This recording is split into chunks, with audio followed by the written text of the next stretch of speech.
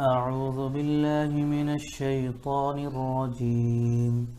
بسم الله الرحمن الرحيم.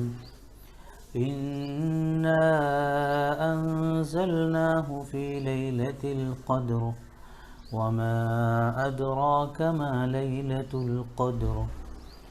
ليلة القدر خير من 1000 شهر.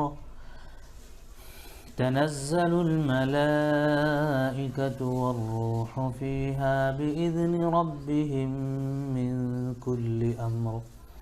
سلام هي حتى مطلع الفجر. اس کا مختصر سا ترجمہ اس طرح ہے، انا بے شک ہم نے انزلنا ہو اس کو نازل کیا ہے، فی لیلۃ القدر قدر میں، یعنی قدر کی رات میں۔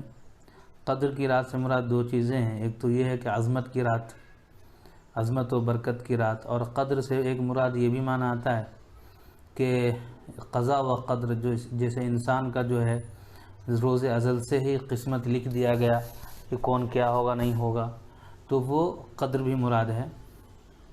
تو اللہ نے فرمایا بے شک ہم نے یہ اتارا، ہم نے اس کو اتارا شب قدر میں۔ شب کے معنی رات آتا ہے۔ وما ادراک ما لیلۃ القدر، پھر اللہ پوچھتے ہیں، سوال کرتے ہیں کہ آپ کو معلوم ہے کہ لیلۃ القدر کیا ہے؟ تو وما ادراک ما لیلۃ القدر، تم نے کیا سمجھا کہ کیا ہے یہ شب قدر؟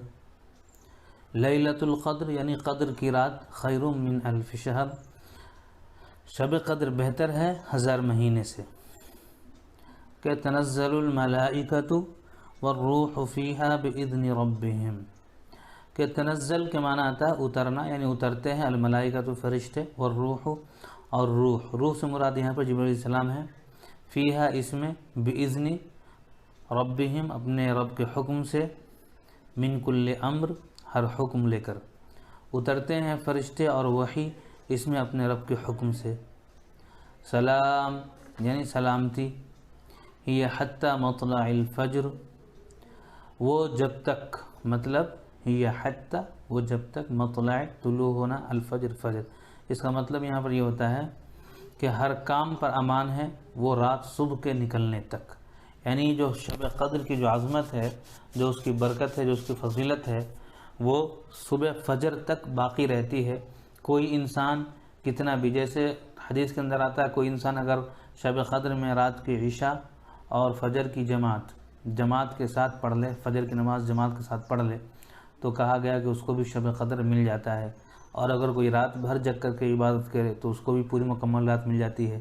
رات کے اگر کسی حصے میں تھوڑی عبادت کرے تو بھی اس کو شب قدر کا ثواب مل جاتا ہے۔ تو یہ ایسا نہیں ہے کوئی 5 منٹ یا 10 منٹ یا 1 گھنٹے کے لیے رہتا ہے، بلکہ یہ عشاء یعنی مغرب کے بعد سے لے کر کے صبح کے فجر تک رہتی ہے، پوری رات جو ہے یہ فضیلت رہتی ہے۔ اللہ تعالی ہم سب کو عمل کی توفیق عطا فرمائے۔